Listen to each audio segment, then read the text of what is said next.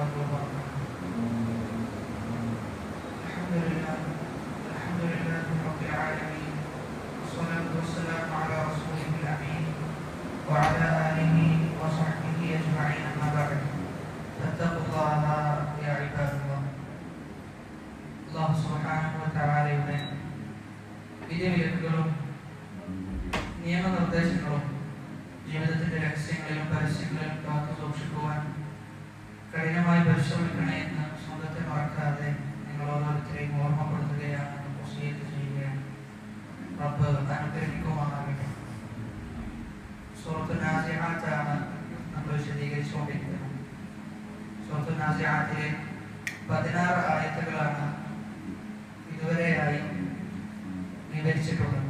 ഇനി നമുക്ക് വിവരിക്കാനുള്ളത് 17ാമത്തെ ആയത്ത് മുതലാണ്. ആദ്യം നമുക്കൊന്ന് പാരായണം ചെയ്യാം. അഊദു ബില്ലാഹി മിനശ് ശൈത്വാനിർ റജീം. ബിസ്മില്ലാഹിർ റഹ്മാനിർ റഹീം. ഇദ്ഹബ് ഇലാ ഫിർഔന ഇന്നഹു തഗാ.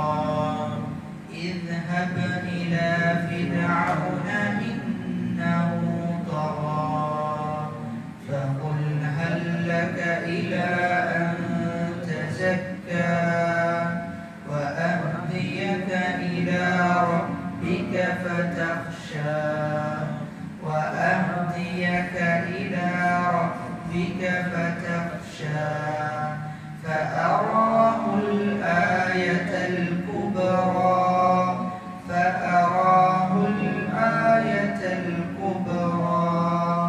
فكذب وعصى ثم أدبر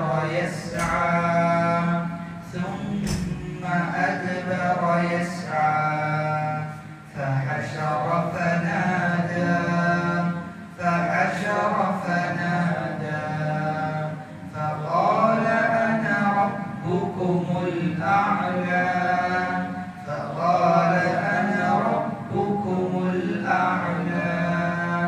فأخذه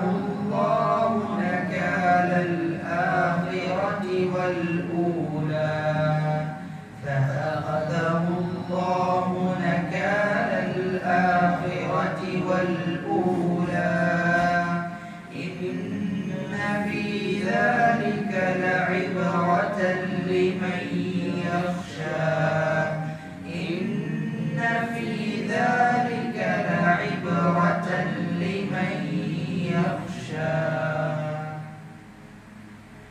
اذهب إلى فرعون إنه طغى. മൂസാ നബി അലൈഹിസ്സലാത്തു വസ്സലാമയുടെ ഫിർഔനിന്റെ അടുക്കലേക്കുള്ള പ്രബോധനവും എങ്ങനെയാണ് ഫിർഔനെ ക്ഷണിക്കേണ്ടത് എന്നിത്യാദിയുള്ള കാര്യങ്ങൾ അല്ലാഹു സുബ്ഹാനഹു വ തആല ഈ വരാനിരിക്കുന്ന ആയത്തുകളിൽ വിശദീകരിക്കുന്നു. അല്ലാഹു പറയുന്നത് ഇദ്ഹബ്, നീ പോവുക, ഇലാ ഫിർഔന, എവിടേക്കാണ്? ഫിർഔനിന്റെ അടുക്കലേക്ക്. എന്നിട്ട് ഫിർഔനെ കുറിച്ച് പറയാം, ഫിർഔനിന്റെ സ്വഭാവം എന്ത് എന്ന് അല്ലാഹു സുബ്ഹാനഹു വ തആല പറഞ്ഞു കൊടുക്കാൻ. ഇന്നഹു തഗാ, ഫിർഔൻ അതിരുകവിഞ്ഞവനാണെന്നാണ്. ഫിർഔൻ അതിരുകവിഞ്ഞിട്ടുണ്ട്. തജബ്ബറ വതമറദ വഅത, അഹങ്കരിക്കുകയും അതിരുകവിയുകയും എല്ലാ ആളുകളെക്കാളും ഞാനാണ് ഉന്നതൻ എന്ന ധാർഷ്ട്യമുള്ളവനാണ് ഫിർഔൻ. അതുകൊണ്ട് അങ്ങനെയുള്ള ഒരു ഫിർഔന്റെ അടുക്കലേക്ക് നീ പോവുക എന്ന് മൂസാ നബി അലൈഹിസ്സലാത്തു വസ്സലാമയോട് പറയുന്നു. എന്നിട്ടോ ഫഖുൽ, നീ എന്ത് ചെയ്യണം? ഫിർഔനിനോട് പറയണം, ഹൽ ലക ഇലാ അൻ തസക്ക, നീ പരിശുദ്ധി പ്രാപിക്കാൻ തയ്യാറാണോ? നീ തസ്കിയത്ത്, നഫ്സിനെ തസ്കിയത്ത് നേടിയെടുക്കാൻ നീ തയ്യാറാണോ എന്ന് ഫിർഔനിനോട് ചോദിക്കാനാണ്. ഹൽ ലക, നീ തയ്യാറാണോ? ഇലാ അൻ തസക്ക, നിന്റെ നഫ്സിനെ ശുദ്ധീകരിക്കാൻ നീ തയ്യാറുണ്ടോ എന്ന് നീ ഫിർഔനിനോട് ചോദിക്കുക. അപ്പൊ ഇവിടെ അല്ലാഹു സുബ്ഹാനഹു വ തആല നമുക്ക് പറഞ്ഞു തരുന്ന ഒരു കാര്യം എന്നുള്ളത്, ആദ്യം ഒരാൾ ഏറ്റവും കൂടുതൽ പ്രാധാന്യം കൽപ്പിക്കേണ്ടത് അവന്റെ നഫ്സിനാണ്. നഫ്സ് ശുദ്ധിയായി കഴിഞ്ഞാലാണ് എന്ത് ചെയ്യുക? ബാക്കിയുള്ള അവന്റെ പ്രവർത്തനങ്ങളും മറ്റുമെല്ലാം അതിനോട് തുല്യമായിട്ട് എന്ത് ചെയ്യും? ശരിയായി വരും. നഫ്സ് ശുദ്ധമല്ല എങ്കിൽ അവന്റെ പ്രവർത്തനങ്ങളും എന്ത് ചെയ്യും? മോശമായി മാറുന്നതാണ്. അതാണ് നമ്മൾ സാധാരണ റസൂലുള്ളാഹി സ്വല്ലല്ലാഹു അലൈഹി വസല്ലമയുടെ ഒരു ഹദീസ് കേൾക്കാറുള്ളത്. ഇദാ സ്വലഹത് സ്വലഹൽ ജസദു കുല്ലു. അവന്റെ ശരീരത്തിൽ ഒരു മാംസപിണ്ഡമുണ്ട്. ആ മാംസപിണ്ഡം നന്നായി കഴിഞ്ഞാൽ, അതായത് ഹൃദയം നന്നായി കഴിഞ്ഞാൽ അവന്റെ ശരീരം മുഴുവനും നന്നായി എന്നാണ്. എന്നാൽ ഹൃദയം നന്നായിട്ടില്ലെങ്കിൽ ഒന്നും നന്നാകൂല, എല്ലാം എന്തെയും നശിച്ചു പോകുന്ന അവസ്ഥയായിരിക്കും ഉണ്ടാവുക. അതുകൊണ്ട് ഫിർഔനോട് ചോദിക്കാൻ വേണ്ടി പറയുന്നു, നീ നിന്റെ നഫ്സിനെ ശുദ്ധീകരിക്കാൻ തയ്യാറാണോ? ഈ ചോദ്യം ശരിക്കും ഫിർഔനോട് മാത്രമുള്ളതല്ല, മറിച്ച് ശേഷക്കാരായ ആളുകളെ സംബന്ധിച്ചിടത്തോളം ആരൊക്കെയാണോ തിന്മകളിൽ ഏർപ്പെട്ട് ജീവിക്കുന്ന ആൾക്കാരുണ്ടോ അത്തരത്തിലുള്ള ആളുകളോടൊക്കെയുള്ള ചോദ്യമാണ്. ഇതിന്റെ നഫ്സിനെ ശുദ്ധീകരിക്കാൻ തയ്യാറല്ലയോ എന്ന് ആകമാനം ജനങ്ങളോടുള്ള ചോദ്യമാണ്. അപ്പൊ നമ്മോട് കൂടിയുള്ള ഒരു ചോദ്യമാണ്. അന്ന് മൂസാ നബി അലൈഹി സ്വലാത്തു വസ്സലാം ഫിർഔനോടാണ് ചോദിച്ചിരുന്നതെങ്കിൽ ഇന്ന് നമ്മെ സംബന്ധിച്ചിടത്തോളം നമ്മെ കുറിച്ചും എന്ത് ചെയ്യേണ്ടതുണ്ട്? ഈ ആയത്തിനെ പറ്റി നമ്മൾ ആലോചിക്കേണ്ടതുണ്ട്. നമ്മുടെ നഫ്സിനെ നമ്മൾ ശുദ്ധീകരിക്കാൻ നമ്മൾ തയ്യാറാണോ എന്ന്. അതായത് നഫ്സിനെ നമ്മൾ മനസ്സിലാക്കുന്നത് എപ്പോഴും നഫ്സിന് ചായ്വ് തിന്മയോടായിരിക്കും. നമ്മൾ എത്ര പരിശുദ്ധനാണ് എങ്കിലും, നീ എത്ര അള്ളാഹുവിനെ സൂക്ഷിച്ച് ജീവിക്കാൻ പരിശ്രമിക്കുന്നവനാണെങ്കിൽ പോലും എന്തെങ്കിലും ഒരു ചെറിയ അവസരം കിട്ടിക്കഴിഞ്ഞാൽ നഫ്സ് ആ തിന്മയിലേക്കാണ് പ്രേരിപ്പിക്കാനാണ്. അതാണ് വിശുദ്ധ ഖുർആൻ പറയുന്നത്, നഫ്സ് എന്ന് പറയുന്നത് അമ്മാറത്തും ബിസ്സൂ, സൂഇലേക്ക് കൽപ്പിക്കുന്ന ആളാണ് നഫ്സ് എന്നാണ്. അതുകൊണ്ടാണ് നമ്മൾ ചിലപ്പോഴൊക്കെ നമ്മൾ ഏറ്റവും നല്ല ആളുകളാണ് എന്ന് നമ്മുടെ കണ്ണിൽ നമ്മൾ കണ്ട ചില ആളുകൾ എന്തെയും ചില സന്ദർഭത്തിൽ അവർ ചില തിന്മകൾ അറിയാതെ അവരെന്തെയും പെട്ടുപോകുന്നത്. അതാണ് നമ്മൾ തിരിച്ചറിയേണ്ടത്. നമ്മുടെ നഫ്സ് എന്ന് പറഞ്ഞു കഴിഞ്ഞാൽ നമ്മൾ വിചാരിക്കുന്നതിലും അപ്പുറം. അതിനെ കെട്ടിയിടുക എന്ന് പറഞ്ഞു കഴിഞ്ഞാൽ ഏറ്റവും പ്രയാസകരമായ ഒരു കാര്യമാണ്. അതിനെ കെട്ടിയിട്ട് സൂക്ഷിച്ചു കൊണ്ടുപോവുക എന്നത് വളരെ പ്രയാസമാണ്. അതുകൊണ്ടാണ് ഉലമാക്കളൊക്കെ പറയുന്നത്, അതായത് ഫിത്നയിലേക്ക് നമ്മൾ എന്ത് ചെയ്യുക, പ്രവേശിക്കാതിരിക്കുക എന്നുള്ളതാണ്. അതിന്റെ ചുറ്റിലൂടെ പോലും നമ്മൾ എന്ത് ചെയ്യരുത്, സഞ്ചരിക്കരുത്. അങ്ങനെ സഞ്ചരിച്ചാൽ പോലും നമ്മൾ എന്ത് ചെയ്യും, ഫിത്നയിലേക്ക് ചെന്നുപെടുന്ന അവസ്ഥ ഉണ്ടാകുന്നതാണ്. അതുകൊണ്ട് വളരെ വിദൂരമായിട്ട് എന്ത് ചെയ്യണം, നിൽക്കണം. അങ്ങനെയാണെങ്കിൽ എന്ത് ചെയ്യൂല, ആ തിന്മയുടെ അടുക്കിലേക്ക് പോലും നമ്മൾ എത്തിപ്പെടില്ല. അതല്ലാതെ നമ്മൾ ആ തിന്മയുടെ അടുക്കിലൂടെ പോകുന്നു എന്നിട്ട് ആ ഫിത്നയിൽ നിന്ന് വിട്ടു നിൽക്കുക എന്നുള്ളത് വളരെ ശ്രമകരമാണ്, വളരെ പ്രയാസമുള്ള ഒരു കാര്യമാണ്. ഇവിടെ നമ്മൾ മനസ്സിലാക്കേണ്ടത് നമ്മുടെ നഫ്സ് ശുദ്ധമാണോ എന്ന് തിരിച്ചറിയാൻ ചില അടയാളങ്ങളുണ്ട്. ഇബ്നുൽ ഖയ്യിം റഹിമഹുല്ലാഹ് തന്റെ ഇഗാസത്തുൽ ലഹ്ഫാൻ എന്ന പുസ്തകത്തിൽ ചില അടയാളങ്ങൾ കൊടുക്കുന്നുണ്ട്. അതിൽ ഒന്നാമത്തേത് ദിക്റുല്ലാഹ്, അള്ളാഹുവിനെ നിരന്തരം സ്മരിക്കാൻ സാധിക്കുക എന്നത് നല്ല ഹൃദയത്തിന്റെ അടയാളമാണ്. അതായത് സ്മരിക്കുക എന്ന് പറയുമ്പോൾ അത് വിശാലമായ ഒരു അർത്ഥമാണ്. അള്ളാഹു നിയമമാക്കിയ നിസ്കാരം നിർവഹിക്കുക എന്നത് അള്ളാഹുവിനെ സ്മരിക്കുന്നതിന്റെ ഒരു ഭാഗമാണ്. വിശുദ്ധ ഖുർആനിന്റെ പാരായണം അള്ളാഹുവിനെ സ്മരിക്കുന്നതിന്റെ ഭാഗമാണ്. രാവിലെയും വൈകുന്നേരങ്ങളിലും നമ്മൾ പറയുന്ന ദിക്റുകൾ അള്ളാഹുവിനെ ഓർക്കുന്നതിന്റെ ഭാഗമാണ്. അപ്പൊ ഇങ്ങനെ ദിക്ർ ചെയ്യുന്ന സമയത്ത്, അള്ളാഹുവിനെ സ്മരിക്കുന്ന സമയത്ത് മടി ഉണ്ടാകാതിരിക്കുക, അതോടൊപ്പം തന്നെ അള്ളാഹുവിനെ ഓർക്കാൻ അങ്ങേയറ്റം ഇഷ്ടപ്പെടുക എന്നിത്യാദിയുള്ള കാര്യങ്ങളൊക്കെ നല്ല ഹൃദയത്തിന്റെ അടയാളങ്ങളാണ്. എന്നാൽ അതേ സമയത്ത് ഖുർആൻ ഓതുന്ന സമയത്ത് ഒരാൾക്ക് മടുപ്പുണ്ടാകുന്നു, ഉറക്കം വരുന്നു, ഇതൊക്കെ ഹൃദയം മോശമായതിന്റെ അടയാളമാണ്. ഒരാളുടെ ഹൃദയം മോശമായിട്ടുണ്ടെങ്കിൽ അതിലേക്ക് സൂചന നൽകുന്നതാണ് അവന് ഖുർആൻ ചെയ്യാൻ പറ്റൂല, ഒരുപാട് ഓതാൻ പറ്റില്ല, കുറച്ച് ഓതുമ്പോൾ തന്നെ എന്തെയും നല്ല ക്ഷീണം ബാധിക്കുകയും ഉറക്കം വരികയും ചെയ്യും. ഇബ്നു അബ്ബാസ് റളിയല്ലാഹു അൻഹു ഒക്കെ പറയുന്നത്, ഒരാൾക്ക് ഖുർആനിന്റെ മാധുര്യം ലഭിച്ചു കഴിഞ്ഞാൽ പിന്നെ അവൻ എത്ര തന്നെ ഖുർആൻ ഓതിയാലും അവൻ അത് മതിയാകൂല എന്നാണ്. അവൻ വീണ്ടും ചെയ്യും, പാരായണം ചെയ്യാനുള്ള ത്വരയായിരിക്കും ഉണ്ടാകാൻ. എന്നാൽ അതേ സമയത്ത് ഹൃദയം ശുദ്ധമല്ല എങ്കിൽ നമുക്ക് ഖുർആൻ കുറെ ഓതാൻ പറ്റില്ല. അതേപോലെ തന്നെ കുറെ അധികം പഠിക്കാൻ കഴിയില്ല, നമ്മൾ ഉത്സാഹം കാണിക്കുക. അപ്പൊ അതുകൊണ്ട് നമ്മുടെ ഹൃദയം എത്രത്തോളം ശുദ്ധമാണോ അതിനനുസരിച്ച് നമ്മൾ ദിക്റുകളിൽ ഏർപ്പെടുന്നതാണ്. ദിക്ർ എന്നത് പണ്ഡിതന്മാർ രണ്ട് രൂപത്തിൽ തരംതിരിച്ചിട്ടുണ്ട്. ഒന്ന് അൽ അദ്കാറുൽ മുത്ലഖ, രണ്ട് അൽ അദ്കാറുൽ മുഖയ്യദ. അതായത് ഓരോ സന്ദർഭത്തിൽ പറയുന്ന ദിക്റുകൾ. അത് നമ്മൾ ഏറ്റവും കൂടുതൽ പ്രാധാന്യം കൽപ്പിക്കേണ്ടതാണ് രാവിലെയും വൈകുന്നേരങ്ങളിലുമുള്ള ദിക്റുകൾ. ശൈഖ് റസ്ലാൻ ഹഫിദഹുല്ലാഹ് പറയുന്നത്, യുദ്ധഭൂമിയിലേക്ക് ആയുധമില്ലാതെ പുറപ്പെടുന്നവനാണ് അദ്കാർ സ്വബാഹും അദ്കാർ മസാവും പറയാതെ നാട്ടിലൂടെ സഞ്ചരിക്കുന്നവനാണ്. ഒരു യുദ്ധഭൂമിയിലേക്ക് ആയുധമില്ലാതെ സഞ്ചരിച്ചവന്റെ അവസ്ഥ എന്താ? ഓ നാശത്തിലാണ്, എന്തായാലും ദൈവം മരിച്ചു പോകും. അപ്പൊ അതുപോലെയാണ് രാവിലെയുള്ള ദിക്ർ പറയാതെ ഒരാൾ പുറത്തിറങ്ങുകയാണെങ്കിൽ ഒരുപാട് പ്രശ്നങ്ങൾക്ക് എന്ത് ചെയ്യേണ്ടി വരും, അവൻ പ്രശ്നങ്ങളെ അഭിമുഖീകരിക്കേണ്ടി വരും. അത് പിശാചിന്റെ പ്രശ്നമാകട്ടെ, അതുപോലെ ജനങ്ങളിൽ നിന്നുള്ള ബുദ്ധിമുട്ടുകളാകട്ടെ, എല്ലാത്തിനും എന്ത് ചെയ്യേണ്ടി വരും? അവൻ നിന്ന് കൊടുക്കേണ്ടി വരും എന്നുള്ളതാണ്. എന്നാൽ ഈ പറഞ്ഞ ദിക്റുകളൊക്കെ പറഞ്ഞു കഴിഞ്ഞാലോ അവൻ എന്ത് ചെയ്യും? അല്ലാഹുവിന്റെ അടുക്കലിൽ നിന്നുള്ള ഒരു രക്ഷാകവചം അവന് ലഭിക്കുമെന്നത് തീർച്ചയാണ്. അതുകൊണ്ട് അത്തരം ദിക്റുകൾ എന്ത് ചെയ്യണം? നമ്മൾ പറയണം. ശൈഖുൽ ഇസ്ലാം ഇബ്നു തൈമിയ്യ റഹിമഹുല്ലാഹ് പറയുന്നത് ആ ദിക്റാണ് എന്റെ ബാക്കിയുള്ള ദിവസത്തിലേക്കുള്ള ഭക്ഷണമാണെന്നാണ്. അന്ന് ആ ദിക്ർ പറഞ്ഞു കഴിഞ്ഞാൽ എനിക്ക് ബാക്കിയുള്ള ദിവസം വല്ലാത്തൊരു സമാധാനവും വല്ലാത്തൊരു റാഹത്തും ഉണ്ടാകുന്നതാണ്. അദ്ദേഹത്തിന്റെ ശിഷ്യനായ ഇബ്നു ഖയ്യിം റഹിമഹുല്ലാഹ് പറയുന്നത് സുബ്ഹി കഴിഞ്ഞാൽ അദ്ദേഹം സൂര്യൻ ഉദിക്കുന്നത് വരെ അതല്ലെങ്കിൽ അതും കഴിഞ്ഞ് ഒരുപാട് സമയം എന്തെയും അദ്ദേഹം ദിക്റിലായിരിക്കും ഇരിക്കുന്നതാണ്. അള്ളാഹു ഇങ്ങനെ എന്തെയും ഓർത്തുകൊണ്ടേയിരിക്കും.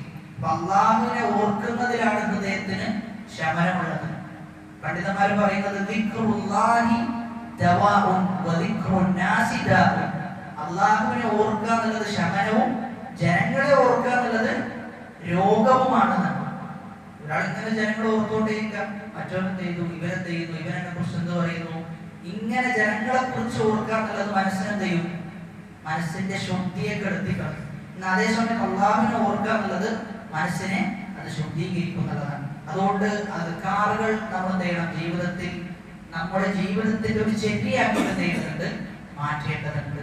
അത് വളരെ ചെറിയ സമയം അതിനുവേണ്ടി നമുക്ക് ചെലവഴിച്ചാൽ മതി. പ്രത്യേകിച്ചും അദ്കാർ സ്വഭാവമൊക്കെ പറയാൻ 10 മിനിറ്റ് ഉണ്ടെങ്കിൽ എന്ത് ചെയ്യാൻ പറ്റും? എല്ലാം നമുക്ക് പറഞ്ഞു തീർക്കാൻ പറ്റും. ഒറ്റ ദിക്ർ മാത്രമല്ല, എല്ലാ ദിക്റും നമുക്ക് പറഞ്ഞു തീർക്കാൻ പറ്റും. അവിടെ ദിക്ർ പറയുന്ന സമയത്ത് നമ്മൾ ശ്രദ്ധിക്കേണ്ട മറ്റൊരു വിഷയം എന്നുള്ളത് നമ്മുടെ മനസ്സുകൊണ്ട് എന്ത് ചെയ്യണം? അതിന്റെ അർത്ഥങ്ങൾ അറിഞ്ഞ് വളരെ സമാധാനത്തിൽ പറയുമ്പോൾ എന്ത് ചെയ്യാം? അതിന്റെ ആത്മാവിൽ തൊട്ട് നമുക്ക് ദിക്ർ പറയാൻ പറ്റും. അങ്ങനെ ആകുമ്പോഴാണ് ആ ദിക്റിന്റെ ആസ്വാദനവും ആ ദിക്റിന്റെ അർത്ഥതലങ്ങളും നമുക്ക് മനസ്സിലാക്കാൻ സാധിക്കുക. അല്ലെങ്കിൽ വെറുതെ ഒരുപാട് വാചകങ്ങൾ ആവർത്തിക്കുന്നത് പോലെയാകും. അതുകൊണ്ട് അത്തരം ദിക്റുകൾ നമുക്ക് ഉരുവിടാനും പറയാനും സാധിക്കുക എന്നത് അള്ളാഹുവിന്റെ വലിയ തൗഫീഖ് എന്നതോടൊപ്പം തന്നെ നമ്മുടെ ഹൃദയം ശുദ്ധമാണ് എന്നതിന്റെ അടയാളം കൂടിയാണ്. അതാണ് ഒന്നാമത്തേത്. രണ്ടാമത്തേതോ ഓൻക്ക് എല്ലാ ദിവസവും ഉണ്ടാവും ഒരു നിശ്ചിതമായ വിർദ് ഉണ്ടാവും. വിർദ് എന്ന് പറഞ്ഞു കഴിഞ്ഞാൽ എല്ലാ ദിവസവും ഇത്ര ജുസ് അവന് പാരായണം ചെയ്യുന്നുണ്ടാകാം. അതല്ലെങ്കിൽ ഇന്ന കാര്യങ്ങൾ ദീനിപരമായിട്ട് ചെയ്യണം, ഇന്ന കാര്യങ്ങൾ എനിക്ക് ഇത്ര ദിവസം ഒരു 10-15 മിനിറ്റ് ക്ലാസ് കേൾക്കാനുണ്ട്, അതേപോലെ തന്നെ ഒരു ജുസ് ഓതാനുണ്ട് എന്നിങ്ങനെ അവന്റെ ഒരു ദിവസത്തെ പ്ലാൻ ചെയ്തിട്ടുണ്ടാവും ദീനിപരമായി.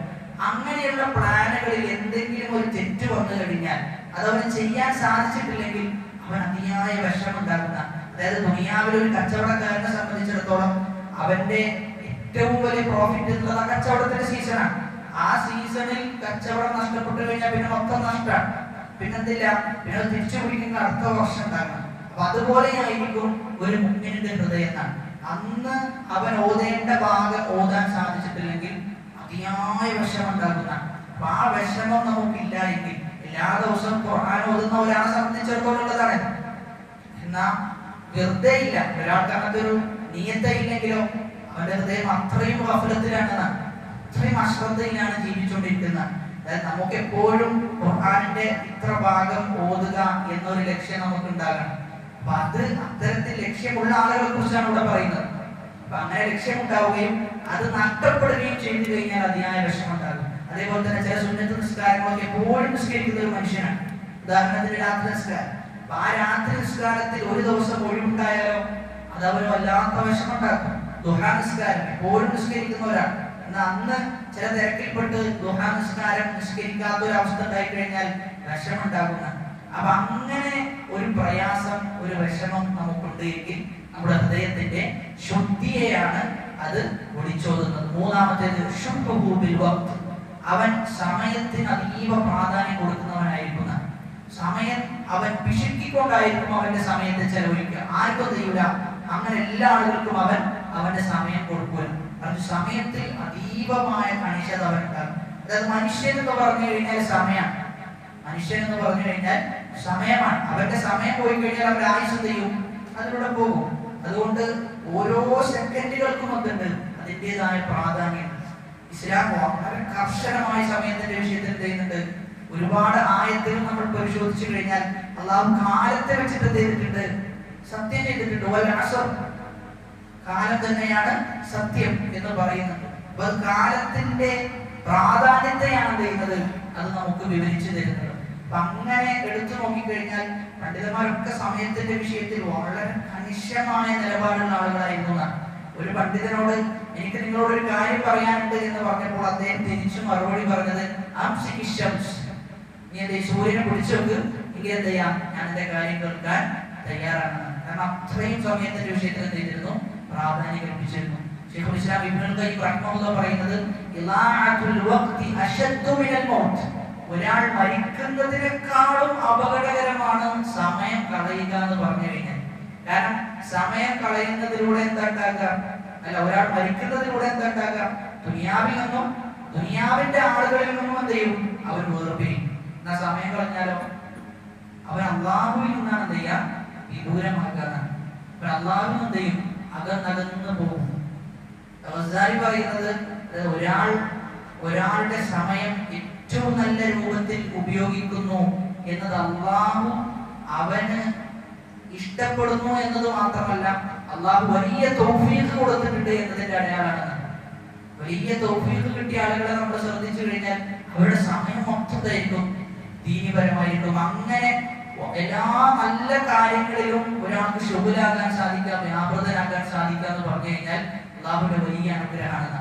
അള്ളാഹുവിന്റെ വലിയ അനുഗ്രഹമാണ്. ചില പണ്ഡിതന്മാർ പറയുന്നത് ഫറാഗ്, ഒഴിവ് സമയത്തെ നമ്മൾ കൃത്യമായി ഉപയോഗപ്പെടുത്തിയിട്ടില്ല എങ്കിൽ ഒഴിവ് സമയം നമ്മെ എന്ത് ചെയ്യും, ഉപയോഗപ്പെടുത്തുന്ന നമ്മൾ എന്ത് ചെയ്യണം, ഒഴിവ് സമയത്ത് ഉപയോഗപ്പെടുത്തണം. അതല്ല എങ്കിൽ ഒഴിവ് സമയം നമ്മെ ഉപയോഗപ്പെടുത്തി ചെയ്യാൻ പാടില്ലാത്ത തിന്മകളിലേക്ക് നമ്മൾ അറിയാതെ ചെയ്യും ചെന്നെത്തും. അതുകൊണ്ട് സമയത്തിൽ കൃത്യമായി കണിശമായ നിലപാടുണ്ടാവുക എന്നത് ഹൃദയം ശുദ്ധമായ ആളുകളുടെ അടയാളം.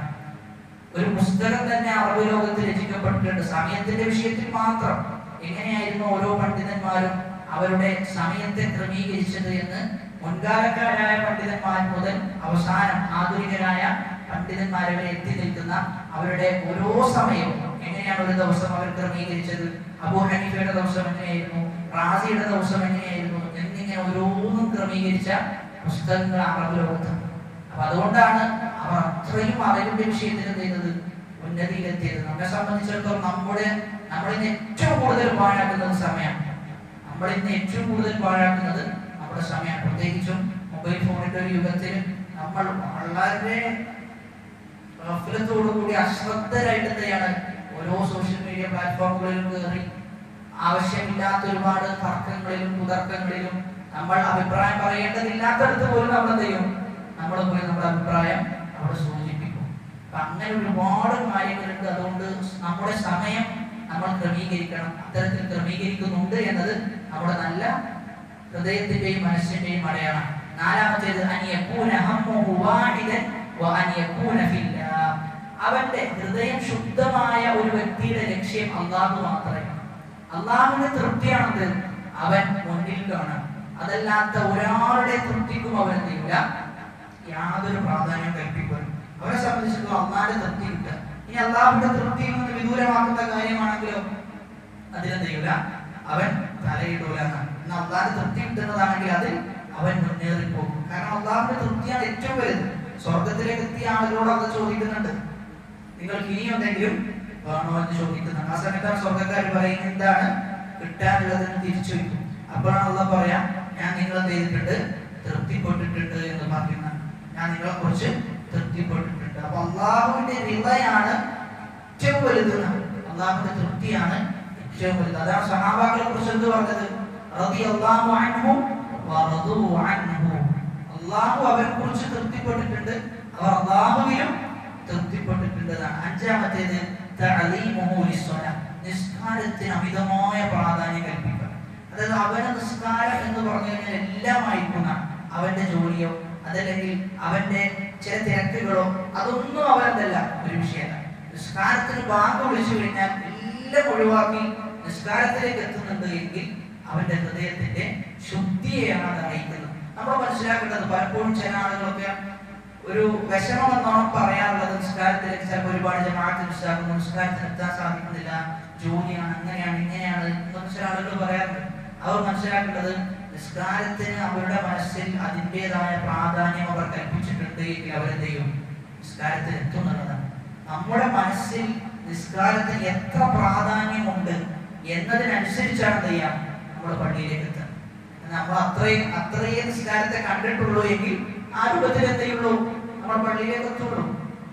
അതുകൊണ്ട് തന്നെ ജോലിയുടെ വിഷയത്തിലൊക്കെ ഇത്തരത്തിൽ ഒരുപാട് ജോലികളിൽ ഏർപ്പെട്ട് ആളുകളൊക്കെ പറയുന്ന വിഷയം നമ്മുടെ മനസ്സിൽ നിസ്കരിക്കണം. ഏത് ജോലിയാകട്ടെ നിസ്കാരത്തിനാണ് ഞാൻ പ്രാമുഖ്യം കൽപ്പിക്കുക എന്ന ഒരു നിയത്ത് മനസ്സിലുണ്ട് എങ്കിൽ അവർ പറയുന്നത് അല്ലാഹു ദൈവം അങ്ങനത്തെ ഒരു ജോലി നമുക്ക് നേടിത്തരുന്ന. ഇനി എവിടെയെങ്കിലും പോയാൽ പോലും ആ നിസ്കരിക്കാനുള്ള അവസരത്തെയും അള്ളാഹു ഉണ്ടാക്കി തരും എന്ന് അങ്ങനെ ഒരുപാട് അനുഭവങ്ങൾ പറഞ്ഞ ആളുകൾ. അപ്പൊ നിസ്കാരത്തിന് അമിതമായ പ്രാധാന്യം നമ്മൾ കൽപ്പിക്കണം. റസൂലുള്ളാഹി സ്വല്ലല്ലാഹു അലൈഹി വസല്ലമയുടെ കാലഘട്ടത്തിൽ സ്വഹാബാക്കൾ പറയുന്നത് 2 സ്വഹാബാക്കളുടെ തോളിൽ കൈയിട്ടുകൊണ്ട് ചെയ്തിരുന്നു നിസ്കരിക്കാൻ വന്നിരുന്നു.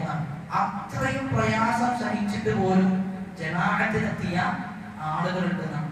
അത്രയും പ്രയാസം സഹിച്ചിട്ട്. ഇതിന്റെ ഇടയ്ക്ക് എനിക്ക് ഓർമ്മ വന്നത് കുറച്ച് ദിവസങ്ങൾക്ക് മുമ്പ് മലപ്പുറത്ത് പോയ സന്ദർഭത്തിൽ ഒരു വയസ്സായ മനുഷ്യൻ, അദ്ദേഹത്തിന് നടക്കാൻ സാധിക്കുന്നില്ല. അദ്ദേഹം നടക്കുന്നത് ഒരു ഒന്നും വെച്ചിട്ടാണ് അദ്ദേഹം നടക്കുന്നത്. അപ്പൊ ആ വ്യക്തി നിസ്കരിക്കാൻ വേണ്ടി വളരെ പ്രയാസപ്പെട്ടിട്ടാണ് അദ്ദേഹത്തിന് വരുന്നത്. വളരെ പ്രയാസപ്പെട്ടിട്ട് നടക്കാൻ അദ്ദേഹത്തിന് നിർത്തിയിട്ടോ ഇല്ല. അങ്ങനെ അദ്ദേഹം നിസ്കാരം കഴിഞ്ഞ് അദ്ദേഹത്തിന്റെ വാഹനത്തിലേക്ക് എത്തണമെങ്കിൽ ഒരു 20-25 മിനിറ്റ് എത്തും. വാഹനത്തിന്റെ അടുത്തെത്തണമെങ്കിൽ അത്രയും പ്രയാസം സഹിച്ചിട്ട് ജമാഅത്തിന് അദ്ദേഹം എത്തുന്നുണ്ട്. ജമാഅത്ത് കഴിഞ്ഞ് പ്രാർത്ഥിച്ച് സുന്നത്ത് നിസ്കരിച്ച് അങ്ങനെ നല്ല ഭക്തതയാണ് അദ്ദേഹം നടക്കുക. അപ്പൊ ചിലപ്പോ അദ്ദേഹത്തെ സംബന്ധിച്ചിടത്തോളം സ്വർഗത്തിൽ പോകാൻ അതെന്തായിരിക്കും? ധാരണമായിരിക്കും എന്നുള്ളതാണ്. നമ്മളെ കുറിച്ച് ആലോചിക്കേണ്ടത് എല്ലാ നിലക്കും ആരോഗ്യം, ഒരു നിലക്കും ഒരു കുഴപ്പമില്ല. നമുക്ക് ഇപ്പോൾ നമ്മൾ നിസ്കരിക്കുന്നതിന്റെ പ്രാധാന്യം നമുക്ക് എപ്പോഴും തിരിച്ചറിയാന്ന് വെച്ച് കഴിഞ്ഞാൽ നമുക്കിപ്പോ നിന്ന് നിസ്കരിക്കാൻ പറ്റുന്നുണ്ട്. ആ നൃത്തതയും യുദ്ധത്തിലേക്ക് എത്തുന്ന ഒരു അവസ്ഥ അപ്പൊ നമുക്ക് എന്ത് ചെയ്യും? ബോധ്യപ്പെടും. നമ്മുടെ നാട്ടിലുള്ള ഒരു പ്രവർത്തകൻ, അദ്ദേഹം എപ്പോഴും നിന്ന് നിസ്കരിക്കുന്ന ആളാണ്. അദ്ദേഹം പറയുന്നത് വല്ലാത്ത വിഷമമുണ്ട് ഇന്ന് നിസ്കരിക്കുന്നതിന്. അദ്ദേഹം ഇരുന്ന് നിസ്കരിക്കാം, നിന്ന് നിസ്കരിക്കാൻ പറ്റണില്ല. നമ്മൾ ആലോചിക്കേണ്ടത് ഉള്ള കാലത്ത് നമ്മൾ എന്ത് ചെയ്യണം? അത് അതിന്റെ പ്രാധാന്യം കൽപ്പിച്ച് മുന്നോട്ട് പോകണം.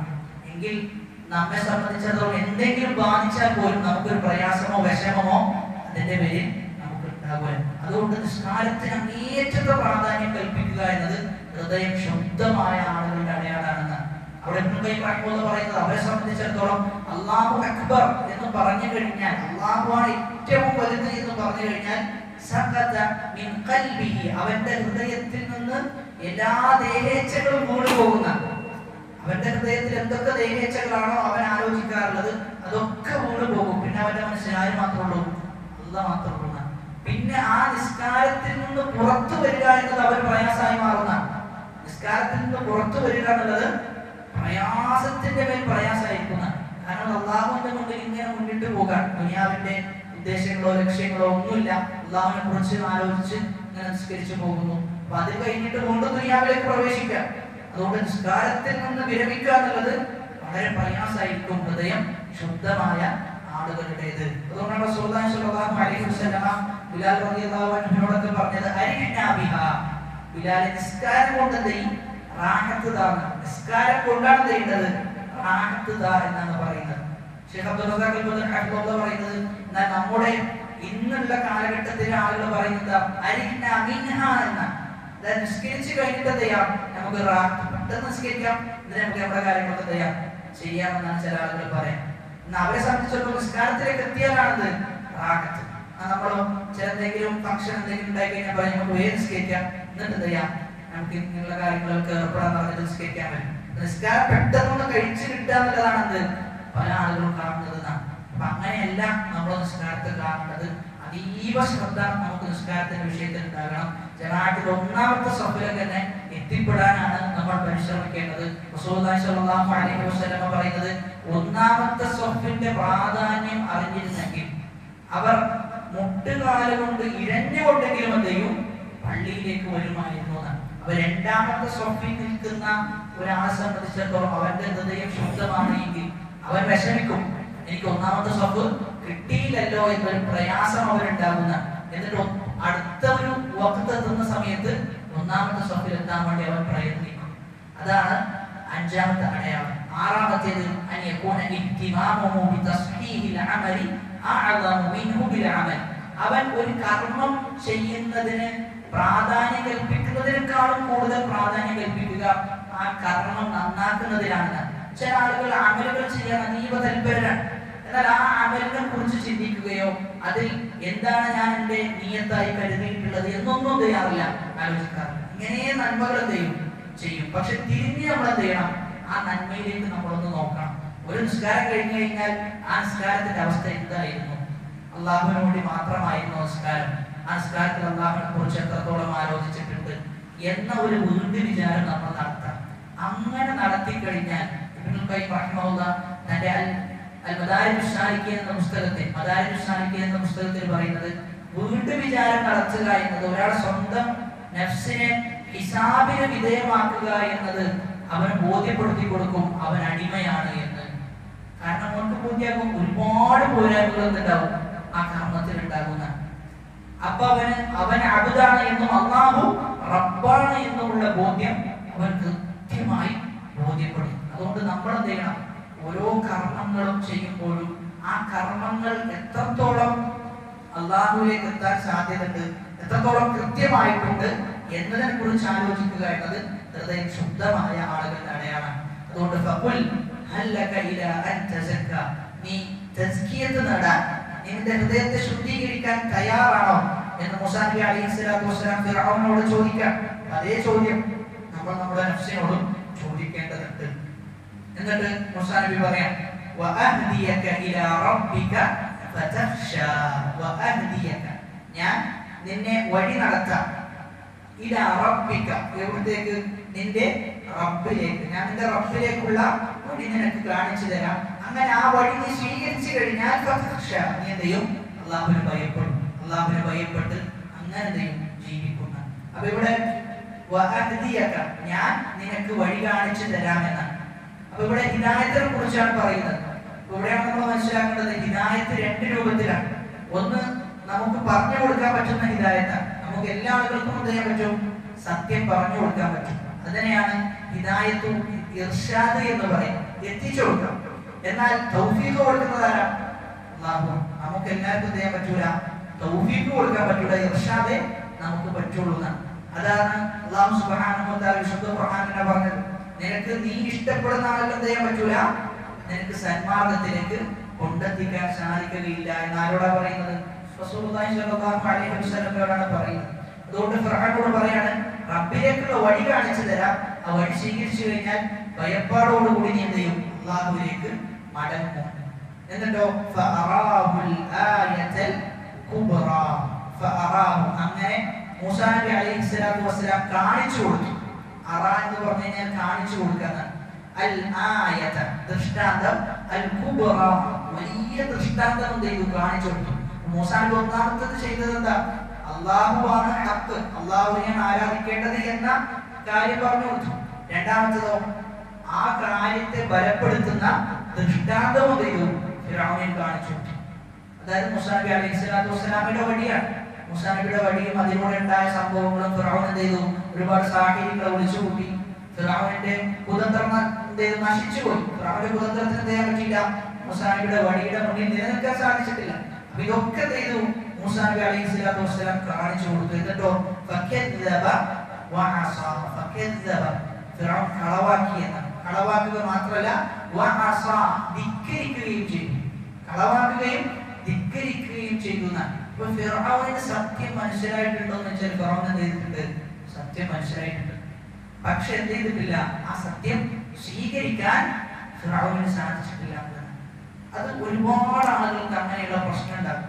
നമ്മുടെ നാട്ടിൽ തന്നെ നമ്മുടെ ചുറ്റുഭാഗത്തുള്ള ആളുകളെ കുറിച്ച് നമുക്ക് ആലോചിച്ച് നോക്കിയാൽ മതി. ഒരുപാട് ആളുകൾക്ക് സത്യം അറിയാം, പക്ഷെ ആ സത്യം സ്വീകരിക്കാൻ എന്ത് ചെയ്യുന്നില്ല? അവർക്ക് സാധിക്കുന്നില്ല. ഒരുപാട് തടസ്സങ്ങൾ എന്ത് ചെയ്യുന്നുണ്ട്? സത്യം സ്വീകരിക്കുന്നതിന്റെ ഇടയിൽ മറയായി പോവുകയാണ്. അപ്പൊ അതുകൊണ്ട് തന്നെ സത്യം മനസ്സിലാക്കുക എന്നത് വളരെ പ്രാധാന്യം അറിയിക്കുന്ന വിഷയമാണ്. എന്നാൽ അതിനേക്കാളും കഠിനമാണെന്ത്? ആ അറിഞ്ഞ സത്യം അത് കൃത്യമായി നമ്മുടെ ജീവിതത്തിൽ പാലിച്ച് ജീവിക്കാന്ന് പറഞ്ഞു കഴിഞ്ഞാൽ. അതുകൊണ്ട് തന്നെ സത്യം നമ്മൾ മനസ്സിലാക്കേണ്ട, സത്യം അറിഞ്ഞാൽ മാത്രം പോരാ, അത് ജീവിതത്തിൽ പ്രാവർത്തികമാക്കാൻ കൂടിയുള്ള തൗഫീഖ് നമ്മൾ എന്ത് ചെയ്യണം? അള്ളാഹുവിനോട് ചോദിക്കണം. പല സത്യങ്ങളും നമുക്കറിയാം, പക്ഷെ ആ സത്യം ചെയ്യുന്നില്ല, പല ആളുകളും സ്വീകരിക്കുന്നില്ല. അപ്പൊ സത്യം സ്വീകരിക്കുക എന്നതാണ് ഏറ്റവും പ്രാധാന്യം അർഹിക്കുന്ന കാര്യം എന്നാണ് ആയത്ത് നമുക്ക് പഠിപ്പിച്ചു തരുന്നത്. കളവാക്കി ധിക്കരിച്ചു, പിന്നെ പിന്തിരിഞ്ഞു എന്നാണ്. എന്തിനു വേണ്ടിയിട്ടാണ് പിന്തിരിഞ്ഞത്? മൂസാ നബിയോട്, മൂസാ നബി അലൈഹിസ്സലാത്തു വസ്സലാമയെ എതിർക്കാൻ വേണ്ടി. എന്നതിന്റെ ഉദ്ദേശം മൂസാ അലൈഹിസ്സലാം, മൂസാ നബിയെ എതിർക്കാൻ വേണ്ടി പരിശ്രമിക്കണം. അങ്ങനെ മൂസാ നബിയെ എതിർക്കാൻ വേണ്ടിയുള്ള ശ്രമങ്ങൾ എന്ത് ചെയ്തു? ശ്രമങ്ങൾ നടത്താൻ വേണ്ടി ഫിർഔൻ പിന്തിരിഞ്ഞു പോയി എന്ന്. ഫിർഔന്റെ ചരിത്രം നമുക്കറിയാം. മൂസാ നബി അലൈഹിസ്സലാത്തു വസ്സലാം എങ്ങനെയൊക്കെയാണോ മൂസാ നബിയുടെ ആയത്തിന്റെ ദൃഷ്ടാന്തത്തെ ഇല്ലാതാക്കാൻ സാധിക്കുക, അതിനുള്ള എല്ലാ പണിയും ആരെടുത്തിട്ടുണ്ട്? ഫിർഔൻ എടുത്തിട്ടുണ്ട്. അപ്പൊ സത്യം മനസ്സിലായി, ആ സത്യത്തെ കളവാക്കി ധിക്കരിച്ചു. ആ ദൃഷ്ടാന്തത്തെ വരെ ചെയ്തു അതും സ്വീകരിക്കാതെ, അതിന് ചെവി കൊടുക്കാതെ പിന്നീട് ചെയ്യുന്നത് എന്താ? ആ സത്യത്തിനെതിരെ നിലകൊള്ളാൻ വേണ്ടിയുള്ള പണിയാണ് എടുക്കുന്നത് എന്നാണ്. അതായത് ആദ്യ സന്ദർഭത്തിൽ നമ്മൾ സത്യം സ്വീകരിച്ചിട്ടില്ല എങ്കിൽ പിന്നെ എന്തുണ്ടാകാന്ന് അറിയാം, ആ സത്യത്തിനെതിരെ നമ്മൾ എന്ത് ചെയ്യും? സംസാരിക്കുന്ന അവസ്ഥ ഉണ്ടാകും. സത്യം നമ്മൾ മനസ്സിലായി, എന്നിട്ട് നമ്മൾ സ്വീകരിക്കുന്നില്ല, എന്നിട്ട് കുറച്ചു കാര്യങ്ങൾ പോയി കഴിഞ്ഞാൽ ആ സത്യം നമുക്ക് പിന്നെന്തായി തോന്നൂല, സത്യമായി തോന്നൂല എന്ന് മാത്രമല്ല, അതിനെതിരെ സംസാരിക്കുന്ന അവസ്ഥ ഉണ്ടാകും. അപ്പോൾ മനസ്സിന്റെ ഉള്ളിലെത്തുണ്ട് സത്യം ഇതാണ് എന്ന ബോധ്യവും ഉണ്ടാകും. അതുകൊണ്ട് ആദ്യത്തെ സന്ദർഭത്തിൽ തന്നെ ഹക്ക് നമുക്ക് ലഭിച്ചു കഴിഞ്ഞാൽ എന്ത് ചെയ്യണം? അത് സ്വീകരിക്കണം. അതിൽ നമ്മൾ ഒരു അടിയും പിന്നോട്ട് വെക്കാൻ പാടില്ല എന്നാണ് പറയുന്നത്. അങ്ങനെ ഫിർഔൻ മൂസാ നബി അലൈഹിസ്സലാത്തു വസ്സലാമിനെതിരെ തിരിയാൻ. എന്നിട്ടോ ഹശറ എന്ന് പറഞ്ഞു കഴിഞ്ഞാൽ ആളുകളെ കൂട്ടാനാണ്. അദ്ദേഹത്തിന്റെ നാട്ടിലുള്ള എല്ലാ ആളുകളെയും കൂട്ടി. ഫനാദ എന്നിട്ട് ചെയ്തു? ഒരു വിളംബരം പ്രഖ്യാപിച്ചു എന്നാണ്. എന്താണ് ആ വിളംബരം? ഫഖാല പറഞ്ഞു, അന റബ്ബുകുമുൽ അഅല. എല്ലാ ആളുകളെയും വിളിച്ചു കൂട്ടി ഫിർഔൻ പറയാം. ഇതിന്റെ മുമ്പ് ഫിർഔൻ വേറൊന്ന് പറഞ്ഞിട്ടുണ്ട്, മാ അലിംതു ലകും മിൻ ഇലാഹിൻ ഗൈരി, ഞാനല്ലാത്ത ഒരു ഇലാഹും നിങ്ങൾക്കില്ല എന്നാണ് പറയുന്നത്. ഫിർഔൻ പറയാം, ഞാൻ മാത്രമാണ് നിങ്ങൾക്ക് ഇലാഹ്. എന്നിട്ട് കുറെ കാലത്തിന് ശേഷം ഫിർഔൻ പറയാണ്, ഫഖാല അന റബ്ബുകും അൽ അഅല, ഞാനാണ് നിങ്ങളുടെ ഏറ്റവും വലിയ റബ്ബ് എന്ന്. അപ്പോൾ ഇവിടെയാണ് നമ്മൾ മനസ്സിലാക്കേണ്ടത് തൗഹീദു റുബൂബിയ്യ. അപ്പോൾ ഫിർഔൻ ഈ പറഞ്ഞത് ഏതുമായി ബന്ധപ്പെട്ടതാണ്? തൗഹീദു റുബൂബിയ്യയുമായി ബന്ധപ്പെട്ടതാണ്. റുബൂബിയ്യത്ത് എന്ന് പറഞ്ഞു കഴിഞ്ഞാൽ അല്ലാഹുവിന്റെ പ്രവർത്തനങ്ങളിലുള്ള ഏകത്വം. ഇഫ്റാദുല്ലാഹി തആല ബി അഫ്ആലിഹി, അല്ലാഹുവിന്റെ പ്രവർത്തനത്തിൽ അല്ലാഹു ഏകനാണ്. അല്ലാഹുവാണ് റബ്ബ്, അല്ലാഹുവാണ് ഖാലിഖ്, അല്ലാഹുവാണ് റാസിഖ്, അല്ലാഹുവാണ് മാലിക് എന്നിങ്ങനെയുള്ള വളരെ പ്രാധാന്യം അർഹിക്കുന്ന അല്ലാഹുവിന്റെ അഫ്ആലുകളുമായി ബന്ധപ്പെട്ട് ഏകത്വത്തെയാണ് തൗഹീദു റുബൂബിയ്യ എന്ന് പറയുന്നത്. അപ്പൊ റബ്ബ് ഞാനാണ് എന്നാണ് ആര് പറയുന്നത്? ഫിർഔൻ പറയുന്നു. ഇവിടെയാണ് നമ്മൾ മനസ്സിലാക്കേണ്ട പ്രധാനപ്പെട്ട ഒരു വിഷയം. തൗഹീദു റുബൂബിയ്യ നിഷേധിച്ച ആളുകൾ തുച്ഛ. റബ്ബ് ഞാനാണ് എന്ന് പറയുകയും അല്ലെങ്കിൽ അല്ലാഹു റബ്ബല്ല എന്ന് പറഞ്ഞത് ചരിത്രത്തിൽ പരിശോധിച്ചു കഴിഞ്ഞാൽ വളരെ കുറഞ്ഞ ആളുകളാണെന്നാണ്. ഇനി ആ നിഷേധിച്ച ആളുകളുടെ അവസ്ഥ തന്നെ എന്താ? അവരുടെ മനസ്സിന്റെ ഉള്ളിലുണ്ടായാലും അല്ലാഹുവാണ് റബ്ബ് എന്നാണ്. അതുകൊണ്ട് നമ്മൾ മനസ്സിലാക്കേണ്ട ഒരു അടിസ്ഥാനം, റുബൂബിയത്ത് നിഷേധിച്ച എല്ലാ ആളുകളുടെയും മനസ്സിന്റെ ഉള്ളിൽ എന്തുണ്ട്? അല്ലാഹുവാണ് റബ്ബ് എന്നുണ്ട് എന്നാണ്. കാരണം മനുഷ്യനെ സൃഷ്ടിച്ചത് ആ രൂപത്തിലാണ്. റബ്ബില്ല എന്ന് എത്ര തന്നെ പറഞ്ഞു കഴിഞ്ഞാലും ചില സന്ദർഭത്തിൽ എന്ത് ചെയ്യും? നമ്മൾ അറിയാതെ പറഞ്ഞു പോകും. എല്ലാം കാണുന്ന ഒരാളുണ്ട് എന്ന് നമ്മൾ അറിയാതെ പറഞ്ഞു പോകുന്നുള്ളതാണ്. അപ്പൊ അങ്ങനെ തൗഹീദ് റുബൂബിയ്യ നിഷേധിച്ച ആളുകളെ നമ്മൾ പരിശോധിച്ചു കഴിഞ്ഞാൽ ഒന്നാമത്തെ വിഭാഗം ദഹ്രിയാക്കളാണ്. സൂറത്ത് ജാസിയയിൽ അവരെ കുറിച്ച് പറയുന്നത്, വഖാലു, അവർ പറഞ്ഞു, മാ ഹിയ ഇല്ലാ ഹയാതുന ദുനിയ നമൂതു വനഹ്യ വമാ യുഹ്ലികുനാ ഇല്ലാ ദഹർ. ദുനിയാവിലെ ജീവിതം എന്ന് പറഞ്ഞു കഴിഞ്ഞാൽ ഇങ്ങനെ മരിക്കുന്നു, കാലം എന്തെയാണ് ഇങ്ങനെ കഴിഞ്ഞു പോവുക, കാലമാണ് ചെയ്യുന്നത് ജീവിപ്പിക്കുന്നതും മരിപ്പിക്കുന്നതും എന്നത് ഒരു വിഭാഗം പറഞ്ഞു. മക്കയിലെ മുശ്രിക്കുകളുടെ കൂട്ടത്തിൽ ഒരു ന്യൂനപക്ഷമാണ് ആര്? ഈ പറയുന്ന ദഹ്രിയ എന്ന വിഭാഗം. രണ്ടാമത്തേത് ഫിർഔനാണ് ഈ രൂപത്തിൽ പറഞ്ഞിട്ടുള്ളത്. ആ ഫിർഔൻ തന്നെ അംഗീകരിക്കുന്നുണ്ട്, ഞാൻ റബ്ബല്ല, അല്ലാഹുവാണ് റബ്ബ് എന്ന് അംഗീകരിക്കുന്നുണ്ട്. എപ്പോഴാണത്? ഏറ്റവും അവസാനത്തിൽ. قال آمنت أنه لا إله إلا الذي آمنت به بنو إسرائيل. ബനൂ ഇസ്രായീൽ ഏതൊരു അള്ളാഹുവിലാണോ വിശ്വസിക്കുന്നത് ഞാനും എന്ത് ചെയ്യുന്നു അവനെ വിശ്വസിക്കുന്നു എന്ന് ഉറപ്പിച്ചിട്ടാണ് പറയുന്നത്. ഇന്ന അന്നഹു തീർച്ചയായും എന്ന ആ ഉറപ്പോട് കൂടിയിട്ടാണ് ഫിർഔൻ പറയുന്നത്. എന്നിട്ട് എന്താ പറയുന്നത്? അന മിനൽ മുസ്ലിമീൻ, ഞാൻ മുസ്ലിമീങ്ങളുടെ കൂട്ടത്തിലാണ് എന്ന് പറയുന്നത് ആരാണ്? ഫിർഔനാണ്. അപ്പൊ ഫിർഔനിന്റെ ഉള്ളിൽ എന്തുണ്ടായിരുന്നു? ആ ബോധ്യം ഉണ്ടായിരുന്നു. ആ ബോധ്യം ഉണ്ടായിരുന്നു. അതുകൊണ്ട് റുബൂബിയത്ത് ഒരാൾക്കും ഹൃദയം കൊണ്ട് എന്ത് ചെയ്യാൻ പറ്റൂല, നിഷേധിക്കാൻ പറ്റൂല. ഏത് നിരീശ്വരവാദിയായാൽ പോലും ഉള്ളിൽ എന്തുണ്ട്? ഒരു ദൈവമുണ്ട് എന്ന വിശ്വാസമാണ് അവരുടെ മനസ്സിലുള്ളത്. അതുകൊണ്ടാണ് ചില ഇന്റർവ്യൂകളിൽ ഇത്തരത്തിൽ സംസാരം നടക്കുമ്പോൾ ഒരു നിരീശ്വരവാദി അറിയാതെ പറഞ്ഞത് എല്ലാം കാണുന്ന ഒരാളുണ്ട് എന്ന്. നിരീശ്വരവാദിയാണ്, ദൈവമില്ല എന്ന് പറയുന്ന ആള് ചില ആപൽ ഘട്ടത്തിലേക്ക് എത്തിയ സന്ദർഭത്തിൽ അദ്ദേഹം അറിയാതെ പറഞ്ഞു. അപ്പൊ അത് നമ്മൾ എത്ര തന്നെ പറയാതെ ഇങ്ങനെ പിടിച്ചു വെച്ച് നിന്ന് കഴിഞ്ഞാൽ ചിലപ്പോൾ ചെയ്യും അത് പുറത്ത് ഇങ്ങനെ വരുന്നുള്ളതാണ്. അത് കാരണം മനുഷ്യന്റെ പ്രകൃതത്തിൽ അള്ളാഹു സൃഷ്ടിച്ചത് തന്നെ ആ രൂപത്തിലാണ്. ഇനി മൂന്നാമത്തെ ഒരു വിഭാഗം അശ്ശുയൂഇയ്യ, അതായത് കമ്മ്യൂണിസം എന്നത്. കമ്മ്യൂണിസത്തിന്റെ ആശയം എന്ന് പറഞ്ഞു കഴിഞ്ഞാൽ റബ്ബിനെ നിഷേധിക്കുക എന്നതുമായി ബന്ധപ്പെട്ട ആശയമാണ്. അവരുടെ പുസ്തകങ്ങൾ, അതേപോലെ തന്നെ അവരുടെ ആദർശം വിശദീകരിക്കുന്ന പ്രധാനപ്പെട്ട ആളുകളുടെ സംസാരങ്ങൾ, ഇതൊക്കെ കേട്ട് കഴിഞ്ഞാൽ നമുക്ക് മനസ്സിലാവും ഒരു യഥാർത്ഥ കമ്മ്യൂണിസം എന്ന ആശയം ഒരാൾക്ക് പുൽകണമെങ്കിൽ ദൈവത്തെ ചെയ്യണം, നിഷേധിക്കണം എന്നുള്ളത്. അതുകൊണ്ട് തന്നെ അങ്ങനെയുള്ള ഒരു ആശയത്തെ സപ്പോർട്ട് ചെയ്യുകയോ അതല്ലെങ്കിൽ ആ ആശയത്തെ പ്രോത്സാഹിപ്പിക്കുകയോ നമുക്കൊരിക്കലും ഒന്നല്ല സാധ്യമല്ല എന്നുള്ളതാണ്. കാരണം റുബൂബിയത്തിനെ നിഷേധിക്കുന്ന കോലത്തിലാണ് എന്ത് ചെയ്യാം അവരുടെ ആദർശം ചെന്നെത്തുന്നത്. അതുകൊണ്ട് തന്നെ വളരെ അപകടം. നാലാമത്തേത് അത്തൊബീഇയ്യൂൻ. തൊബീഇയ്യൂൻ എന്ന് പറഞ്ഞു കഴിഞ്ഞാൽ അവർ പറയുന്നത് എല്ലാം പ്രകൃതിയാണെന്നാണ്. ഭൂമി എങ്ങനെ ഉണ്ടായെന്ന് ചോദിച്ചാൽ ഭൂമി എങ്ങനെ ഉണ്ടായി എന്ന് ചോദിച്ചു കഴിഞ്ഞാൽ അവർ പറയുന്നത് ഭൂമി തന്നെ ചെയ്തു, ഭൂമി ഉണ്ടാക്കിയതാണ്. ആകാശം എങ്ങനെ ഉണ്ടായത്? ആകാശം തന്നെ ആകാശത്തെ ഉണ്ടാക്കിയെന്നാണ് ചെയ്യാം ഇവർ പറയുന്നത്. ഇതാണ് ഇവരുടെ ഒരു വിശദീകരണം. മറ്റൊരു വിശദീകരണത്തിൽ ഇവർ പറയുന്നത് അതായത് ഭൂമിക്ക് എന്തുണ്ട്? തണുപ്പും ചൂടൊക്കെ ഉണ്ട്. അപ്പൊ ഇങ്ങനെയുള്ള ഈ തണുപ്പും ചൂടും ഒക്കെ കൂടിയിട്ട് ചെയ്തതാണ് ഓരോ വസ്തുക്കളും ഓരോ സംഭവങ്ങളും ഒക്കെ ഉണ്ടായതാണ് എന്നാണ് ഇവർ പറയുന്നത്. അപ്പൊ അത് നമുക്ക് ആലോചിച്ചാൽ തന്നെ അറിയാം.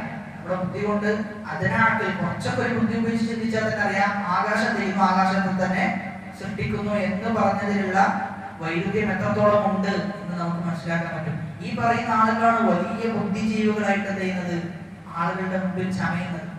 അതായത് ഒരു പണ്ഡിതൻ പറഞ്ഞു എന്നാണ്, ദൈവമുണ്ട് എന്നതിന് ഞാൻ 500-600ഓളം തെളിവുകൾ ഞാൻ ശേഖരിച്ചു എന്നാണ്. അപ്പൊ അത് കേട്ടപ്പോൾ ഒരു അറാബിയായ ഒരു സ്ത്രീ പറഞ്ഞതാണ് അതിനത്രമാത്രം തെളിവിന്റെ ആവശ്യമുണ്ടോ എന്ന് തിരിച്ചു ചോദിച്ചു എന്നാണ്. ദൈവമുണ്ട് എന്നതിന് തെളിവുകളുടെ ആവശ്യമുണ്ടോ? അത്രയും വ്യക്തമായ കാര്യമല്ലേ എന്ന് തിരിച്ചു പറഞ്ഞു എന്നാണ് പറയപ്പെടാറുള്ളത്. മറ്റൊരു വിഭാഗം അൽ ഇത്തിഹാദിയ എന്നാണ്. വളരെ അപകടം പിടിച്ച ഇപ്പോൾ നമ്മൾ പറഞ്ഞ 5 വിഭാഗത്തിൽ ഏറ്റവും അപകടം പിടിച്ച ആളുകളാണ് ഇത്തിഹാദിയ ആളുകൾ. ഇവർ പറയുന്നത് എല്ലാം സൃഷ്ടാവാണെന്നാണ്, എല്ലാം അല്ലാഹുവാണ് എന്ന വാദമാണ് ഇവർ മുന്നോട്ട് വെക്കുന്നത്. അടിമ തന്നെയാണ് ഉടമ, അങ്ങനത്തെയാണ് അവർ പറയും. ഉടമ തന്നെയാണ് ഉടമ എന്നവർ പറയും. കാണുന്നതും കേൾക്കുന്നതും ഒക്കെ റബ്ബാണ് എന്ന വാദം ഉന്നയിച്ച ആളുകളുണ്ട്. അപ്പൊ ആ വാദവും ഇതേപോലെയാണ്, വളരെ അപകടം പിടിച്ചതാണ്. ആ വാദം ഒരിക്കലും ചെയ്യാൻ പറ്റില്ല, നമുക്ക് അംഗീകരിക്കാൻ സാധിക്കുകയില്ല എന്നാണ്. ഇവരെ സംബന്ധിച്ചിടത്തോളം, ഇത്തിഹാദിയാക്കളെ സംബന്ധിച്ചിടത്തോളം ഫിർഔനിന്റെ വാദം എന്തായിരുന്നു? ഫിർഔനിന്റെ വാദം ഇവരെ സംബന്ധിച്ചിടത്തോളം ശരിയാണ്. ഫിർഔൻ എന്താ പറഞ്ഞത്? ഞാനാണ് റബ്ബ് എന്നാണ്. ഇവരെ സംബന്ധിച്ചിടത്തോളം എല്ലാ ആളുകളും എന്താണ്? റബ്ബാണ്. അപ്പൊ ഫിർഔൻ പറഞ്ഞത് എന്താണ്? ശരിയാണ് എന്ന രൂപത്തിലേക്കാണ് ഇവർ എത്തിപ്പെടാറ്. ഇനി ആറാമത്തെ ഒരു വിഭാഗം മജൂസികളാണ്. മജൂസികൾ പറഞ്ഞു വെച്ചത് ലോകത്തിന് 2 ഇലാഹുകൾ ഉണ്ടെന്നാണ്. ഒന്ന് പ്രകാശവും മറ്റൊന്ന് ഇരുട്ടും. നന്മകളെ സൃഷ്ടിക്കുന്നത് പ്രകാശവും തിന്മകളുടെ സൃഷ്ടാവ് ഇരുട്ടുമാണ് എന്നാണ് മജൂസികൾ പറഞ്ഞു വെച്ചിട്ടുള്ളത്. അതും ഇതേപോലെയാണ്, നമുക്ക് സ്വീകരിക്കാൻ സാധിക്കുകയില്ല. കാരണം റബ്ബ് എന്നത് അല്ലാഹു മാത്രമാണ് എന്ന് വിശ്വസിക്കുന്ന ആളുകളാണ് നമ്മൾ ഓരോരുത്തരും. അപ്പൊ ഇവിടെ പറഞ്ഞു വന്നത് റുബൂബിയത്തിനെ നിഷേധിച്ച ആളുകളെ പരിശോധിച്ചു കഴിഞ്ഞാൽ വളരെ ചുരുങ്ങിയ വിഭാഗം മാത്രമേ നിഷേധിച്ചിട്ടുള്ളൂ. ആ നിഷേധിച്ച ആളുകളിൽ പോലും അവരുടെ ഉള്ളിൽ എന്തുണ്ട്? റുബൂബിയത്തിലുള്ള വിശ്വാസം ഉണ്ടായിരുന്നു എന്നാണ്. ഇവർക്കൊക്കെയുള്ള മറുപടിയായിട്ട് നമ്മൾ മനസ്സിലാക്കേണ്ടത് വിശുദ്ധ ഖുർആനിൽ അല്ലാഹു പറയുന്നത് അം ഖുലിഖൂ മിൻ ഗൈരി ഷൈഇൻ അം ഹുമുൽ ഖാലിഖൂൻ. ഈ ഒറ്റ ആയത്താണ് എല്ലാ ആളുകൾക്കുമുള്ള മറുപടി. ഒന്നുകിൽ അവർ പറയുന്നത് അവർ സ്വന്തത്തെ സൃഷ്ടിച്ചു എന്നാണ്. അം ഖുലിഖൂ മിൻ ഗൈരി ഷൈഇൻ, ഒന്നുമില്ലാതെ അവർ തന്നെ ഉണ്ടായി എന്നാണ് ഒരു സാധ്യത. ഒരു സാധ്യത അവർ തന്നെ ചെയ്യാം ഉണ്ടാക്കുക. രണ്ടാമത്തെ സാധ്യത അവർ തന്നെ അവരെ സൃഷ്ടിക്കുക. അപ്പൊ രണ്ട് സാധ്യതകൾക്കൊന്നില്ല, യാതൊരു പ്രസക്തിയും ഇല്ല എന്നുള്ളതാണ്. ഇത് ഉണ്ടാക്കിയവനല്ലാതെ വെറുതെ ഉണ്ടാകുക എന്നുള്ളത് എന്താണ്? അസംഭവ്യമാണ്. വെറുതെ ഒരു കാര്യത്തെ ഉണ്ടാക്കുക, അതിനെ ഉണ്ടാക്കിയ ആള് ഇല്ല എന്ന് പറയുക ഒരിക്കലും നമ്മുടെ ആക്കൾ കൊണ്ട് എന്തെങ്കില നമുക്ക് അംഗീകരിക്കാൻ പറ്റില്ല. ഭൗതികമായ എന്തെങ്കിലും ഒരു വസ്തു അത് വെറുതെ ഉണ്ടായെന്ന് ആരെങ്കിലും പറയുന്നു? ഭൗതികമായ എന്തെങ്കിലും ഒരു വസ്തു അത് വെറുതെ ഉണ്ടായെന്ന് പറയില്ല. അങ്ങനെയാണെങ്കിൽ ഇത്രയും സങ്കീർണമായ പ്രപഞ്ചം, വളരെ കൃത്യമായിട്ടുള്ള സംവിധാനം, ഇതൊക്കെ വെറുതെ ഉണ്ടായി, അല്ലെങ്കിൽ ഒരു വലിയൊരു പൊട്ടിത്തെറി ഉണ്ടായി, ആ പൊട്ടിത്തെറിയിൽ കൃത്യമായി ഓരോ കാര്യങ്ങളും കൃത്യമായ രൂപത്തിൽ വന്നു എന്നൊക്കെ പറയുമ്പോൾ അത് വിശ്വസിക്കണമെങ്കിൽ എന്തുണ്ട്? അത് വിശ്വസിക്കണമെങ്കിൽ നല്ല പ്രയാസമുണ്ടെന്ന് മാത്രമല്ല, അവർക്ക് അത് വിവരിച്ച് വിശ്വസിപ്പിക്കണമെങ്കിൽ പോലും വളരെയധികം പ്രയാസമുണ്ട് എന്നുള്ളതാണ്. ഈ അവർ ഉന്നയിച്ച ഈ ബിഗ് ബാങ് തിയറിയിൽ പോലും അവർക്ക് തന്നെ എന്തുണ്ട്? അവരുടെ ഇടയിൽ തന്നെ ഒരുപാട് സംസാരങ്ങളും അതിൽ ഇന്ന ഭാഗം ശരിയല്ല, ഇന്നതിൽ തെറ്റുണ്ട്, ശേഷം വന്ന ആളുകൾ, അത് നിഷേധിച്ച ആളുകൾ വരെ അവരുടെ കൂട്ടത്തിൽ തന്നെ ഉണ്ട് എന്നുള്ളതാണ് വസ്തുത. അപ്പൊ സ്വയം സൃഷ്ടിക്കുക എന്നുള്ളതും എന്തല്ല, സാധിക്കുന്ന ഒന്നല്ല. സ്വയം സൃഷ്ടിക്കാൻ പറ്റുമോ? ഇല്ല. സ്വയം സൃഷ്ടിക്കണമെങ്കിൽ ഉണ്ടാകണ്ടേ? ഒരു കാര്യത്തെ സൃഷ്ടിക്കണമെങ്കിൽ അവരുണ്ടാകണം. അവരുണ്ടാക്കണമെങ്കിൽ എങ്ങനെ ഉണ്ടാക്കുക? അള്ളാഹ് എന്ത് ചെയ്യണം? അവരുണ്ടാക്കണം. അപ്പൊ ചുരുക്കി പറഞ്ഞു കഴിഞ്ഞാൽ സൃഷ്ടാവ് അള്ളാഹു ആണ് എന്നതിലേക്കാണ് എന്ത് ചെയ്യാം എത്തുക എന്നുള്ളതാണ്. അതാണ് ഏറ്റവും സലീമായത്, മനുഷ്യനെ സംബന്ധിച്ചിടത്തോളം ഏറ്റവും സുരക്ഷിതമായ വിശ്വാസം എന്നത് അള്ളാഹു ആണ് ചെയ്തത്, അവരെ സൃഷ്ടിച്ചത്. ഹുവൽ അവ്വലു വൽ ആഖിറു വൽ വൽ ബാത്തിനു വഹുവ ബികുല്ലി ഷൈഇൻ അലീം. അപ്പോൾ അള്ളാഹു ആണ് ആദ്യമായി ഉണ്ടായവൻ, അവനാണ് എല്ലാത്തിനെയും സൃഷ്ടിച്ചത് എന്നാണ്. അപ്പോൾ അതാണ് ഫഖാല അന റബ്ബുകുമുൽ അഅല എന്ന ഫിർഔൻ പറഞ്ഞ വാചകവുമായി ബന്ധപ്പെട്ട് നമ്മൾ മനസ്സിലാക്കേണ്ടത്, ഈ ആയത്ത് പാരായണം ചെയ്യുന്ന സന്ദർഭത്തിൽ ചില ഖുർആനുകൾ പറയുന്നത്, ഇമാം നവവി റഹിമഹുല്ലാഹ് അദ്ദേഹത്തിന്റെ വിശുദ്ധ ഖുർആനുമായി ബന്ധപ്പെട്ട പുസ്തകം അത്തിബിയാൻ എന്ന പുസ്തകത്തിൽ പറയുന്നത്, ഈ ആയത്ത് പാരായണം ചെയ്യുമ്പോൾ വളരെ പതുക്കെയാണ് പാരായണം ചെയ്യേണ്ടതെന്നാണ്. ശബ്ദത്തിൽ എന്ത് ചെയ്ത് പാരായണം ചെയ്തിട്ട് വളരെ പതുക്കെ പാരായണം ചെയ്യണം. കാരണം പറയുന്നത് എന്താ? ഫഖാല അന റബ്ബുകുമുൽ അഅല എന്നാണ് പറയുന്നത്. കൊണ്ട് ശബ്ദം കുറച്ചുകൊണ്ട് പാരായണം ചെയ്യണമെന്ന് സലഫുകളിലേക്ക് ചേർത്തുകൊണ്ട് പറഞ്ഞു വെക്കുന്നുണ്ട്. അല്ലാഹു അഅലം. അല്ലാഹു സുബ്ഹാനഹു വ തആല കേട്ടതിലുപരി ജീവിതത്തിൽ പ്രാവർത്തികമാക്കാനുള്ള തൗഫീഖ് നൽകി അനുഗ്രഹിക്കുമാറാകട്ടെ. നമ്മിൽ നിന്ന് വന്നുപോയ ചെറുതും വലുതുമായ എല്ലാ പാപങ്ങൾ അല്ലാഹു പുറത്തു മാപ്പാക്കി നൽകുമാറാകട്ടെ. اللهم اغفر للمؤمنين والمؤمنات والمسلمين والمسلمات الأحياء منهم والأموات إنك مجيب الدعوات ويا قاضي الحاجات. ربنا آتنا في الدنيا حسنة وفي الآخرة حسنة وقنا عذاب النار. آمين آمين برحمتك يا أرحم الراحمين. سبحانك اللهم وبحمدك أشهد أن لا إله إلا أنت أستغفرك وأتوب إليك. والسلام عليكم ورحمة الله وبركاته.